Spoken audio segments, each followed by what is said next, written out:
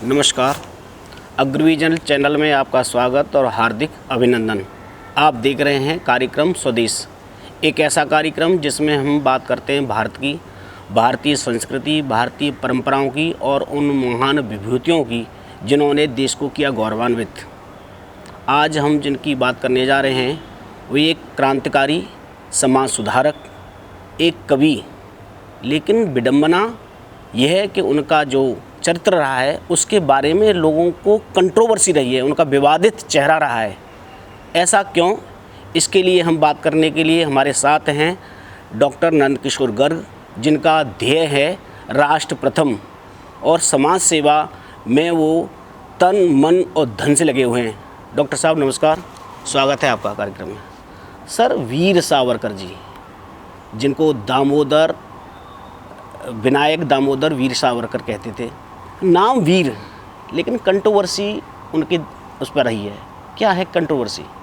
यह देश की विडंबना है कि 1857 का स्वतंत्रता संग्राम, जिसको पहली बार जिसने उसको स्वतंत्रता संग्राम कहा, इससे पहले इसको गदर बोलते थे, और ईस्ट इंडिया कंपनी को मजबूर होकर शासन सीधा सीधा ब्रिटिश क्राउन को देना पड़ा, क्योंकि उसके कारण से जो ज्वाला भभकी थी भारत में, उसको सही परिप्रेक्ष्य में अंग्रेज़ों ने को तो दबाना स्वाभाविक था।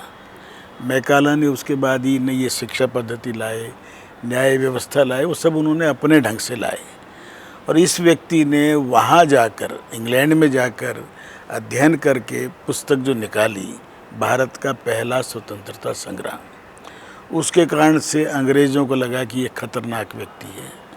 खतरनाक था क्योंकि उनकी ही कैसे निकल के फ्रांस की टेरिटरी में पहुंचा और कैसे भीखाजी कामा और सब लोगों से मिलके बर्मा जो थे क्रांतिकारी, इस व्यक्ति ने उस चिंगारी को फिर से जीवित करने के लिए, जिसको स्वामी दयानंद सरस्वती, लोगों को ये भी नहीं मालूम, आर्य समाज के संस्थापक थे, परंतु उन्होंने भी इस स्वतंत्रता के संग्राम को आगे बढ़ाने में योगदान दिया।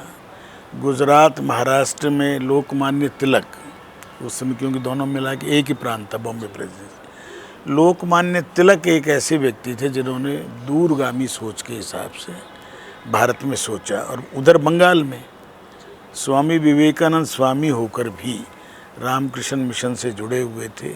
बंकिम चंद्र चटर्जी के लाल बाल पाल पार्टीशन करना चाहा था बंगाल का विभाजन, तो किसने कोशिश की रोकने की?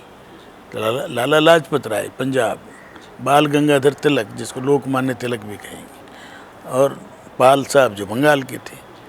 उस बात को आगे बढ़ाने में जो लोग आगे बढ़े, उनमें से महाराष्ट्र में चाफेकर बंधु, तीन भाई, तीनों को फांसी की सजा हुई, पर कितनों को मालूम? एक को भी नहीं। उस समय जो जहाज़ उड़ा के दिखाया तलपटे ने, और जिसके रानाडे जो जस्टिस थे, उनकी विटनेस है कि सबसे पहले हवाई जहाज़ बना के उड़ाने वाला राइट ब्रदर्स नहीं थे, तलपटे था, परंतु इतिहास में नहीं। अब इस क्यों का जवाब ये है कि जो राष्ट्रभक्त थे, देश की चिंता करते थे, उनसे अंग्रेज़ तो डरे, स्वाभाविक है, परंतु ये जो कम्युनिस्ट विचारधारा के लोग थे, जो उसी विचारधारा को जो आज दिल्ली का मुख्यमंत्री लेके चलता, अराजकता फैले, भारत कभी एक नहीं था, भारत एक राष्ट्र नहीं था, पूरे कम्युनिस्ट थ्योरी ये है कि भारत एक देश नहीं था। उसके विपरीत सोचने वालों को कैसे छोटा किया जाए। जो आदमी, दोनों तीनों भाई अंडमान काला पानी रहे हों, आपस में ना मिले हों, बैल की जगह जुत के तेल निकालते रहे हों, काल कोठड़ी में अलग से रखा गया हो, जो कील से पत्थर से कविताएं लिखता रहा हो, एक दिन 2 दिन नहीं, 12-13 साल उसमें रहा, उसके बाद उनको नासिक में ला के स्थानबद्ध किया। अब उसको कोई ये कह दे कि वो देश वीर तो था, इसमें तो सबने मान लिया। इंदिरा गांधी ने उनकी मृत्यु पे जो शोक संदेश भेजा था, वो एक पर्याप्त एविडेंस है प्रधानमंत्री के रूप, उनके स्मारक के लिए पैसा भेजा। तो उस व्यक्ति को कितना ही आज वो कम्युनिस्ट सोचने वाले करते थे, आज वो उभर के आ रही हैं चीज़ें। जो भारत की चिंता करते थे, उनको इतिहास से विलुप्त करने की कोशिश की गई। नेताजी सुभाष चंद्र बोस है, जिसका आज तक मृत्यु दिवस कोई नहीं मनाता, क्योंकि उनको हम अमर मानते हैं।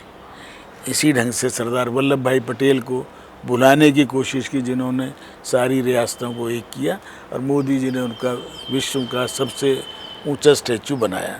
अभी सावरकर का भी स्मारक महाराष्ट्र में बन रहा है, समुद्र के अंदर। आपने कहा कि उन्होंने उसमें कविता लिखी थी, जेल में पत्थरों से लिखी, वो कविता अभी तक लोगों के पास नहीं आ सकी, क्या उसके लिए कोई प्रयास चल रहा है? छप गई हैं।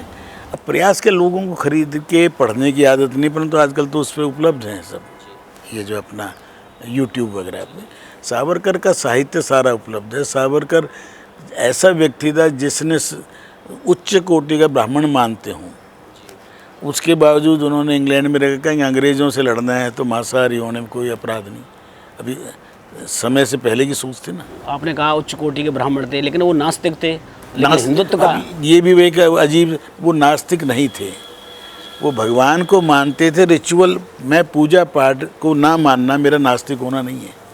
मैं भगवान को मानूं और ज़्यादा समय पूजा पाठ में ना लगाऊं तो इसका मतलब मैं नास्तिक हूँ? नहीं। मंदिर का निर्माण किया, पतित उद्धार उस मंदिर का नाम रखा, सबको मंदिर में जाने का अधिकार मिले, यह बात डॉक्टर अंबेडकर ने और सावरकर ने एक ही समय उठाई। अंबेडकर की आवाज़ उतनी नहीं सुनी, सावरकर ने करके दिखाया और स्वयं लेके गया लोगों को, पुजारी बना के दिखाया। वो आदमी एक समय से आगे की सोचने वाला व्यक्ति था, क्रांतिकारी के साथ साथ समाज सुधारक था। गांधी जी उसको बुरा नहीं मानते थे। गांधी जी में वैष्णवपन था, परंतु जो दूसरे लोग थे जो चमड़ी से थोड़े काले थे परंतु मन से वो अंग्रेज़ थे, उनमें जवाहरलाल नेहरू प्रमुख रूप से था। वीर सावरकर को जो सम्मान मिलना चाहिए था उस समय नहीं मिला, आज मिल रहा है। आज उनके नाम पर अंडमान निकोबार के हवाई अड्डे का नाम है, उनका स्मारक बना है, मैं देख के आया हूँ। डाक टिकट जारी हुई, वो तो उस टाइम इंदिरा जी ने भी शायद की। उसको कांग्रेसी भी खुद कंफ्यूज रहे ना। एक तरफ ये जो अय्यर जैसे लोग थे जो देश के विरोध में ही काम करते हैं IAS होने के बाद, उन्होंने उनकी नाम पट्टिका हटवा दी थी अंडमान से जब मंत्री थे, परंतु उनको सही मूल्यांकन अब हुआ है। अभी हमारे एक हंसराज कॉलेज का हमारा बच्चा ही है सुधांशु शुक्ला, उसने बहुत अच्छी पुस्तक लिखी है, तो पढ़नी चाहिए। लाइब्रेरी में ना आई हो तो मंगवा लो अपनी लाइब्रेरी। आज उनका मूल्यांकन सही ढंग से होना प्रारंभ हो चुका है। कई लोगों ने बहुत काम किया है, उनको हिंदुत्व में और उसमें नहीं बांधने की आवश्यकता। वो आदमी राष्ट्र की चिंता करते थे। उन्होंने जिन्ना को बहुत पहले समझ लिया था कि ये देश के लिए घातक है, परंतु सावरकर का मूल्यांकन अब हो रहा है। वो वीर थे, इसमें कोई संदेह नहीं। वो दूरगामी सोच रखते थे, वो जाति प्रथा के खिलाफ थे। वही बात अम्बेडकर जी की, जाति प्रथा के खिलाफ थे, लेकिन वो मुस्लिम और ईसाइयों को, उनके अलावा सबको एकजुट रहने की बात करते थे। वो ये भी कहते थे कि ये जो भारतीय मूल के जो मुसलमान हैं उनकी शुद्धि होनी चाहिए। स्वामी दयानंद जी का जो काम था उसे आगे बढ़ाया।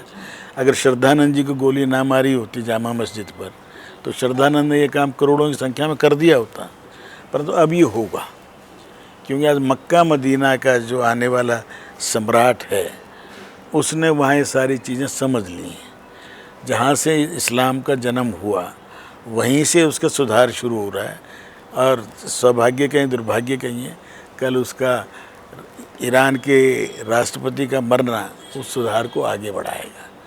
ये शिया सुन्नी का जो भेद के कारण ईरान और अरब भी लड़ते रहे, परंतु मोदी जी ने इन सबको जोड़ने की कोशिश की। अभी जो मंदिर अबू धाबी बना, जिसके अंदर सब जाकर पूजा पाठ में भी सम्मिलित हुए, रोज़ा इफ्तार करने के लिए भी गए, ये परिवर्तन के जो संकेत हैं वो तेज़ी से मिलेंगे।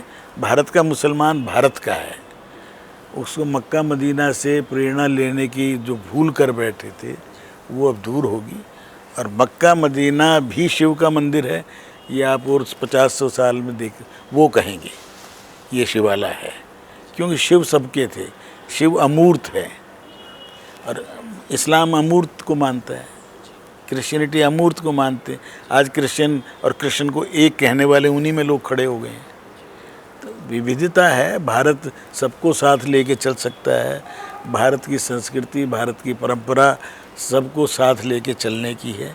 इसीलिए हम धरती पे रहने वाले एक सबको परिवार मानते हैं।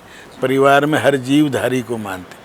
पेड़ पौधों को भी हम जीवधारी मानते हैं। इतनी विशाल सोच के व्यक्ति कि पांचों तत्व के बिना ना पेड़ बढ़ता है, ना व्यक्ति बढ़ता है, ना पशु, ना जितनी भी जीवन है जो 84 लाख बोलते हैं। इवन जड़ में भी हम चेतन ना देख सकते हैं, भगवान मान लेते हैं पत्थर को। आज के युवाओं को वीर सावरकर जी से क्या प्रेरणा लेनी चाहिए? वीर सावरकर से एक ही प्रेरणा है कि देश के लिए जीना सीख लें तो देश के लिए मरने की आवश्यकता ही नहीं पड़ेगी। वीर सावरकर ने अच्छी लंबी आयु प्राप्त, स्वतंत्रता के बाद भी उन जिनको जिए हैं 15-20 साल, ऐसे व्यक्ति से, और जिसने वो जो क्रांति के जो बीज बोए थे, जिनकी किताब छपने से पहले बैन हो जाए, सुना है कभी? विश्व में नहीं सुना। और उसके बावजूद भी उनकी किताब कहाँ छपती थी, कैसे आती थी, सब युवाओं के हाथ में होती थी। उनसे ही तो प्रेरणा लेके शहीद भगत सिंह, सुखदेव, राजगुरु, कितने लोग फांसी के फंदे पे चूमे। आपस में वो मिले हो ना मिले हो, विचार ट्रैवल करता था।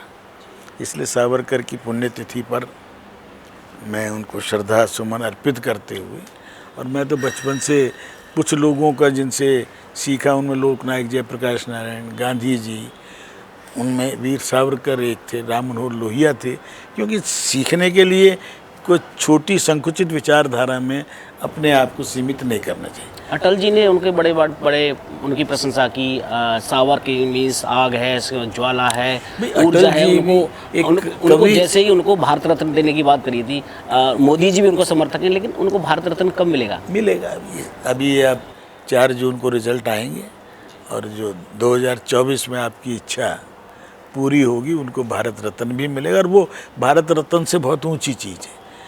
दिवंगत लोगों को भारत रत्न मिले, इससे मैं सहमत नहीं हूँ। जीते जिस सम्मान दो जिसको देना। और कुछ लोगों को तो एक कैटेगरी बना के 50 से लोगों को एक बार कह देना चाहिए कि ये भारत रत्न से भी बड़ी चीज़ें हैं, ये नाम सब जो रह गए हैं आज तक, और उनको एक बार ही सरकार कह दे ये भारत रत्न से भी रत्नों के रत्न हैं, और इनका भी वही इतिहास में नाम होना चाहिए जो किसी भी गांधी जी को तो भारत रत्न नहीं मिला। मोदी जी नहीं लेंगे, ना जीते जी लेंगे, ना मरने के बाद लेंगे। नेताजी सुभाष चंद्र बोस को भी कितने वर्षों बाद, क्योंकि उनको भारत रत्न शायद अभी भी नहीं मिला, मेरा ध्यान आ रहा है। हाँ, तो भारत रत्न से तो बहुत ऊंची चीज़ है। आज अब डॉक्टर हेडगेवार को भारत रत्न किस लिए देना चाहिए? जिनसे प्रेरणा लेकर आज 7-8 तो हो चुके भारत रत्न, काम कर रहे हैं, जीवन दे रहे हैं, जीवन खपा रहे हैं। वो आज कोई भगवान श्री राम को भारत रत्न दो, भारत रत्न से बहुत ऊंची चीज़ है। तो सावरकर को भी मैं उस श्रेणी में मानता हूँ जिनको इन छोटी मोटी पदवियों की ज़रूरत नहीं है। वो जिए देश के लिए उन्होंने बहुत कुछ किया। उनको स्मरण रखें, उनसे प्रेरणा लें, यही भारत रत्न है बस। बड़े महान लोगों से प्रेरणा लें, देश के लिए मरें। देश के लिए मरने की अगर आप चाहते हो तो आप सब कुछ कर सकते हो, देश के लिए ही करना है। इसी के साथ मुझको दीजिए अनुमति। नमस्कार, बहुत बहुत धन्यवाद।